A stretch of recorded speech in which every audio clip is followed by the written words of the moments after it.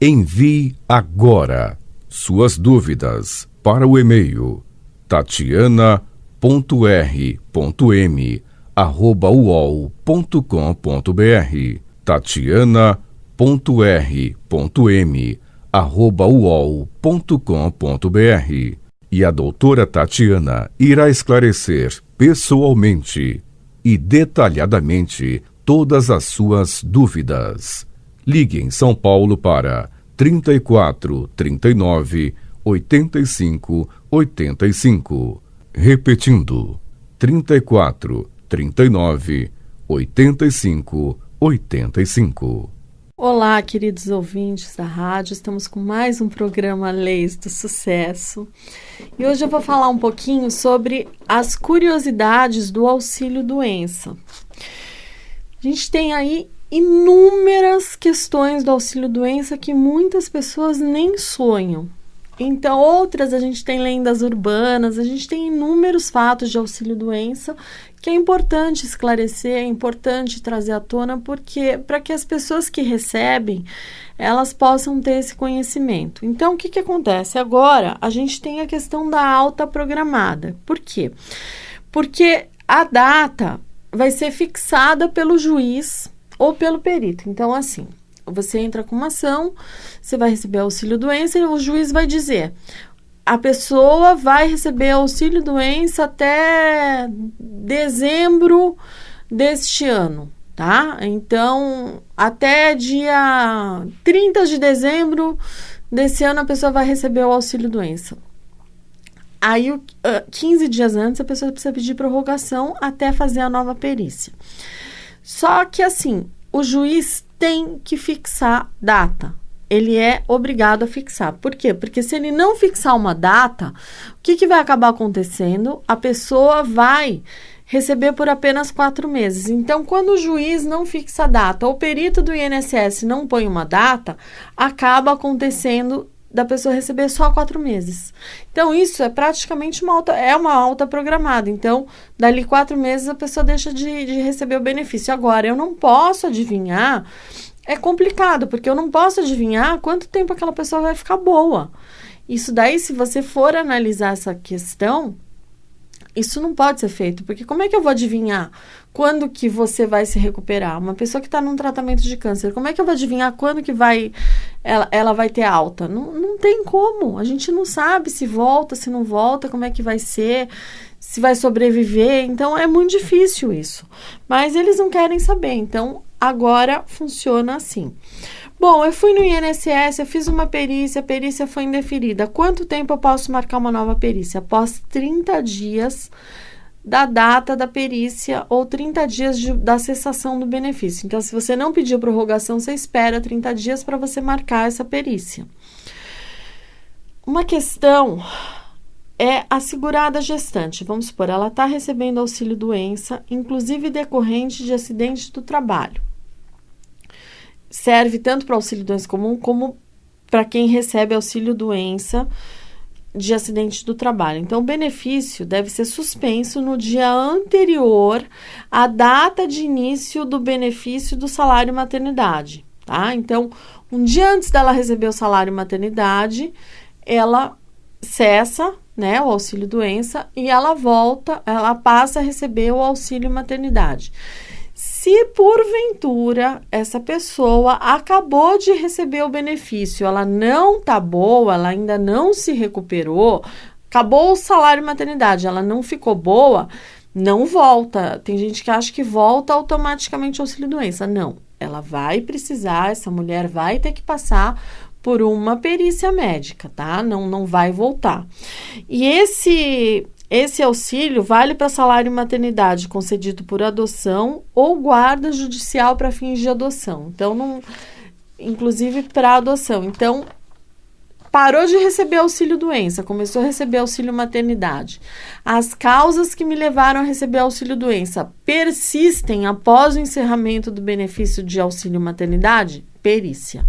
Tá? Eu tenho que passar por uma nova perícia, comprovar que eu continuo doente. Auxílio-doença não é fácil. Auxílio-doença você para de receber, para você voltar a receber é sofrido o negócio. Não é facinho, não. Bom, o segurado que tiver incapaz para uma atividade, mas pode estar apto para outra atividade, ele vai ser encaminhado à reabilitação profissional. E se não for, o benefício será suspenso. Então, assim, mandaram eu fazer uma reabilitação. Eles acham, o INSS está mandando. Muita gente que está parado há muito tempo, eles estão mandando fazer a reabilitação, sim. Então, tem casos que a pessoa não tem. Então, vamos supor, uma pessoa que teve... Conheço um caso de uma pessoa que trabalhou muito tempo em floricultura e teve um problema de câncer, teve que tirar as cordas vocais, então tá...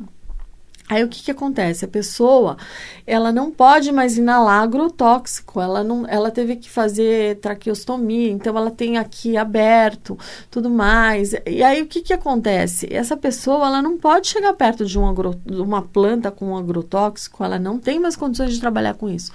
Foi para reabilitação, o INSS mandou fazer reabilitação, tentou reintegrar essa pessoa na empresa, a empresa já falou que não tem condições, porque a pessoa não consegue mais, e tem o perigo do agrotóxico, e com isso aqui aberto, a pessoa pode, fez traqueostomia, com tudo aberto, ela pode... Para ficar mais fácil a respiração, então ela pode acabar...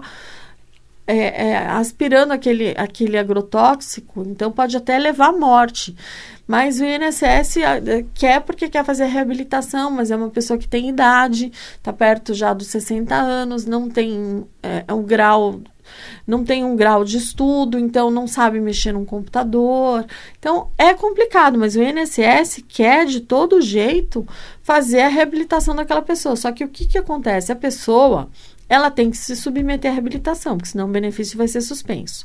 Até um tratamento de saúde gratuito pode ser obrigatório, exceto cirurgia e transfusão de sangue, que é facultativo. Agora, se o benefício for suspenso, vamos supor, a pessoa não quis fazer a reabilitação, suspender o benefício da pessoa, aí a pessoa voltou atrás e fez a reabilitação, por exemplo, e ficou constatado que não tem condições de trabalhar, o benefício vai ser restabelecido. Tá? Então, até que acabe aquela causa que gerou a suspensão, o benefício vai ser restabelecido.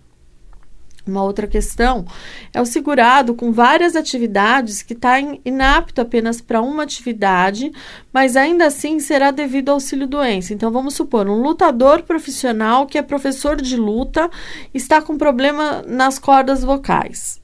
Então, ele luta, né? Ele é lutador profissional, então ele faz lutas e tudo mais, e ele é professor. Tá com problema nas cordas vocais. Ele vai poder lutar, mas ele vai deixar de dar aulas. Como é que ele vai dar aula se não consegue falar? Então, ele vai receber auxílio-doença na atividade de professor. Ou, se ele tivesse um problema de coluna, ele poderia dar aula, mas ele não poderia lutar. Então, ele receberia como professor, que ele continuaria dando aula se ele tivesse com problema na coluna, mas ele não poderia lutar.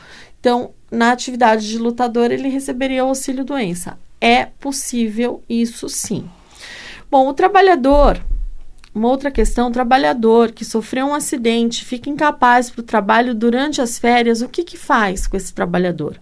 Bom, a empresa deve aguardar a data de retorno ao trabalho e a empresa ela vai pagar auxílio-doença nos primeiros 15 dias após o retorno das férias. Depois, no 16º dia, vai para o INSS, tá? Então, aguarda retornar o trabalhador, até o 15º dia quem paga é a empresa, passado, manda para o INSS esse funcionário, mas não tem que aguardar retornar das férias, ok? Bom, um trabalhador que trabalhou 15 dias, aí 10 dias, trabalhou 15 dias, saiu 10 dias de licença.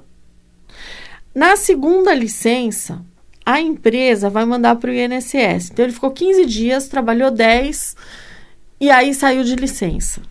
Porque aí depois a empresa manda para o INSS se durante 60 dias esse segurado se ausentar pelo mesmo motivo, pela mesma CID, e já tinha os 15 dias, durante aqueles 60 dias, já tinha 15 dias que a empresa pagou o auxílio-doença. Então, nesse período de 60 dias, Passou do 15º dia, você manda para o INSS, mas tem que ser a mesma CID. Não pode ser CID diferente, ok? Bom, o auxílio-doença vai deixar de ser pago quando o segurado recuperar a capacidade laboral, ou seja, se recuperar da doença e voltar ao trabalho, ou quando o benefício for transformado em aposentadoria por invalidez ou ainda auxílio acidente. Bom, você não precisa, uma outra questão, às vezes a pessoa deixa de pedir auxílio-doença porque ela fala, bom, eu não estou trabalhando, então eu não vou pedir auxílio-doença porque eu não tenho direito. Não, você não precisa estar necessariamente trabalhando para receber auxílio-doença. O contribuinte facultativo, no caso do estudante, por exemplo, ele tem direito se comprovada a incapacidade para exercer alguma atividade laboral. Então, aquela pessoa que tá ruim, não consegue sair da cama, tá muito doente, não tem como se mexer, tem que receber auxílio-doença. Fica comprovado que a pessoa não tem nenhuma condição de trabalhar, ela tem que receber o auxílio-doença. Então, aquela pessoa que está num tratamento, a pessoa está com câncer de pâncreas, ela não tem como trabalhar, fazendo quimioterapia, tem todo um efeito colateral. Então, mesmo sendo estudante, ele pode vir a receber esse auxílio-doença.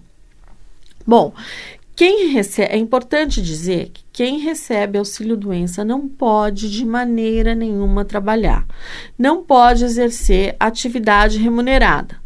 Se fizer, o benefício vai ser cancelado desde a data que a pessoa retornou ao trabalho.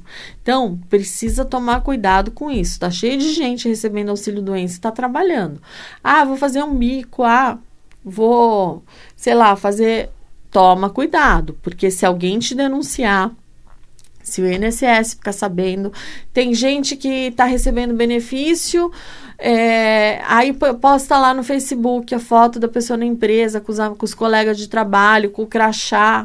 Gente, ou teve caso de cancelamento de auxílio-doença, a pessoa recebendo auxílio-doença estava recebendo por depressão, e aí ela tira uma foto de braços abertos numa cachoeira, falando, eu não aguento de tanta felicidade, eu estou muito feliz.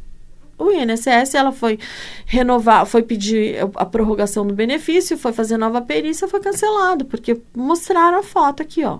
Como é que você vai pedir o benefício porque você tá com depressão, com com a foto aqui morrendo de alegria? Quer dizer, complicado, né?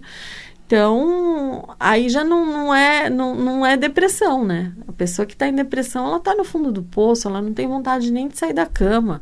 Ela quer morrer, ela não vai para a cachoeira. A pessoa que está em depressão é mais complicado o caso, né? Então, a não ser que ela tenha outro quadro. Então, vamos supor, ela é bipolar. A pessoa bipolar, tudo bem. Horas ela tá super feliz, horas ela tá chorando. Então, aí é outra questão. Mas depressão, não. Bom, outra dica, quais são as doenças que dão direito ao auxílio-doença? Não tem uma lista, não tem um rol definitivo de doenças, não tem que dão direito ao auxílio-doença. Qualquer doença que torne o segurado incapaz para o trabalho, dá direito ao auxílio-doença. Então, exemplo, coronavírus. Algumas pessoas, o vírus... Claro que o coronavírus é uma doença que a pessoa vai precisar se afastar de qualquer jeito, mas assim, a gente tem problemas de saúde que uma pessoa derruba e a outra não tá na boa, consegue trabalhar. Então, a gente tem casos tem algumas doenças que necessitam, vamos supor, uma pneumonia, a pessoa não pode trabalhar, a pessoa tem que ficar de cama, a pessoa tem que ficar no hospital, tem que ter um tratamento, não dá, mas assim, uma doença... Diabetes, tem aquela pessoa que tem a diabetes tipo 1, uma não pode trabalhar porque não consegue, porque não se adapta à insulina, porque não... E a outra consegue. Uma pessoa, por exemplo, uma pessoa que tem um paraplégico, tem uns que conseguem trabalhar, outros não. Normalmente, aquele que ficou paraplégico já com uma certa idade, com uns 40 anos, vai ter dificuldade para trabalhar, porque vai ter dificuldade para se locomover, porque não vai conseguir... O outro não, o outro que nasceu com esse problema, ele já vai ter muito mais facilidade, porque ele já vai conseguir andar na cadeira de roda, ele tem uma vida independente. Aquele que ficou, que tomou um tiro, vamos supor, ficou paraplégico, ele vai ter muito mais problema. Então, um vai ter auxílio-doença, o outro não vai ter. Isso vai depender do que afetou. Então, a mesma doença afeta pessoas de forma diferente. Né? O coronavírus, que não tem gente que morre, tem gente que se recupera, tem gente que é assintomático, mas se for constatar, tem gente que tem coronavírus que está trabalhando, nem sonha que tem, porque não fez exame, não tem nem ideia. Então, precisa ver. Outro tá lá na UTI há 3 meses, então precisa ver como que a doença afetou a pessoa. Bom, a pessoa que está recebendo auxílio-doença, ela deve continuar recolhendo o INSS? Quando receber auxílio-doença, você não deve contribuir para o INSS, exceto se o afastamento ocorrer em apenas uma atividade de pessoas que exercem mais de uma atividade. Então, quem não sabia e pagou, pode solicitar a restituição dos últimos 5 anos junto à Receita Federal. Então, eu paguei o benefício sem necessidade, eu estou pagando lá o auxílio-doença, eu não tenho necessidade de pagar. Então, o que acontece? Eu estou recebendo eu estou recebendo auxílio-doença e eu estou pagando o INSS. Eu paguei indevido? Eu vou na Receita Federal, no site, peço a restituição desse dinheiro que eu paguei na época que eu estava recebendo benefício. Só não vai valer para aquelas pessoas que têm mais de uma atividade, que tem que recolher para outra que ela está trabalhando. Uma questão assim que é muito comum: o auxílio-doença, depois de 2 anos, vira aposentadoria por invalidez? Não, gente, ele não vai virar. Existe um mito que é muito propagado pelos segurados do regime geral da Previdência Social, de que 2 anos recebendo auxílio-doença, o INSS automaticamente converte ou transforma em aposentadoria por invalidez. Isso não existe. A conversão ou transformação do auxílio-doença em aposentadoria por invalidez só é realizada se em perícia médica o perito do INSS ou perito judicial constatar a incapacidade do segurado, que era temporária, tornou-se permanente. Então, aí será devido o benefício de aposentadoria por invalidez. Mas agora, com pente fino, é muito difícil a pessoa ficar mais de 2 anos recebendo o auxílio-doença, porque o pente fino visa o quê? Cortar o benefício da pessoa. Então, se a pessoa está 2 anos recebendo auxílio-doença, ela tem mais é que levantar a mão para o céu e agradecer. O período de recebimento do auxílio-doença, ele pode ser somado, ou seja, contado para aposentadoria especial. Sim, se esse trabalhador estiver exercendo atividades especiais, quando o afastamento acontecer, o período de afastamento conta como atividade especial. E aquele tempo que recebeu auxílio-doença conta para aposentadoria? Sim, desde que esse trabalhador volte ao trabalho ou ele tenha, nem que seja uma única contribuição depois que ele parou de receber o auxílio-doença. Ele vai ter somado esse período, mas tem que ter contribuição. Se não tiver contribuição, aí não vai ter jeito desse período entrar na soma para aposentadoria. E o trabalhador que não voltar a contribuir, ele fica... O tempo que ele recebeu auxílio-doença não vai contar? Então, não vai. Então, para quem é empregado, isso não é problema. Depois da alta médica, o retorno ao trabalho garante a contribuição que vai ativar a contagem do tempo de afastamento. Agora, quem trabalha por conta própria ou está desempregado, tem que ficar atento e voltar a contribuir, porque senão esse período não entra na contagem. E a estabilidade no emprego? Bom, qual é o tempo de segurança no trabalho após o retorno às atividades para quem está recebendo auxílio-doença? Quando se trata de acidente do trabalho ou doença ocupacional, o prazo é de 12 meses, tá? O restante não. Auxílio-doença normal, infelizmente, não. Se o trabalhador já se aposentou sem utilizar esse período que esteve recebendo auxílio-doença, ele pode computá-lo agora para aumentar o valor da aposentadoria? Bom, várias pessoas tiveram aposentadoria negada, porque o período de recebimento do auxílio-doença não entrou no cálculo. Outras recebem um valor menor porque o período não foi computado. Então, quem teve o pedido negado pode discutir na justiça. Isso é muito comum, já tem algumas causas no escritório que a gente entra na justiça dizendo, olha, o INSS, a pessoa não consegue aposentadoria, não tem jeito da pessoa conseguir aposentadoria, porque o período de auxílio-doença, mesmo intercalado, não está entrando na contagem. Aí você prova por A mais B que a pessoa pediu aposentadoria com o período intercalado que não foi considerado. E a justiça acaba concedendo e a pessoa acaba recebendo esse auxílio-doença. Auxílio-doença acaba contando o auxílio-doença para fins de aposentadoria. E aí o que acontece? Desde a data que você pediu o benefício e foi negado, você tem direito aos atrasados. Então, a justiça paga todos os atrasados dessa negativa, né? Que foi uma negativa que não... ilegal, porque você tinha direito àquele benefício, então você vai receber os atrasados. Você já pede a tutela, a pessoa já começa a receber a aposentadoria logo, e aí depois você vai discutir os atrasados, você vai fazer uma execução de sentença, aí você vai mostrar por A mais B quanto é os juros, a correção, tudo mais que o INSS deve para essa pessoa. E aí, se o valor for acima de 60 salários mínimos, saindo até junho de um ano, então os valores que são inscritos até 30 de junho, eles são pagos no ano seguinte, tá? No precatório, acima de 60 salários mínimos. Então, escreveu até 30 de junho, no próximo ano a pessoa recebe. Agora, passou de 30 de junho, aí ela só vai receber depois de 2 anos, tá? Então, não recebe no próximo ano, somente no outro ano, no outro exercício. Porque tem esse prazo, está na Constituição, tem até 30 de junho para inscrever esse valor. Bom, e aí quem teve aposentadoria que não foi considerado esse período de auxílio-doença, a pessoa pode somar, a pessoa pode pedir uma revisão, explicar. Aí você entra no posto, se não for concedido, você entra na justiça. Então, sempre que a gente fala de revisão, a maior parte das revisões a gente precisa entrar no posto para depois, deu 60 dias, você não teve uma resposta, aí você pode entrar na justiça. Aí na justiça, você comprova que você fazia jus àquele benefício e aquele benefício foi negado. O INSS ele não somou na sua aposentadoria. Então, o valor é mais baixo, porque quanto mais tempo de aposentadoria, maior o valor do benefício. Então, é importante você entrar com esse cálculo, esse período que você não recebeu, né, não entrou na contagem, para aumentar o seu benefício. Mas é claro que antes de entrar com a ação, você vai fazer o cálculo para ver se vale a pena você brigar por esse direito. Porque muitas vezes, para aumentar 1%, acaba não valendo a pena o que você vai gastar.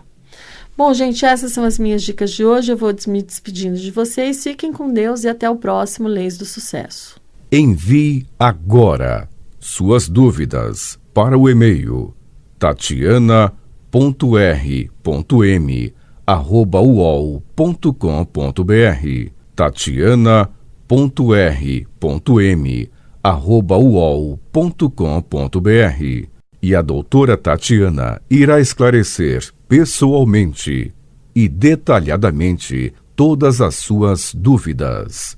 Ligue em São Paulo para 34 39 85 85. Repetindo, 34 39 85 85.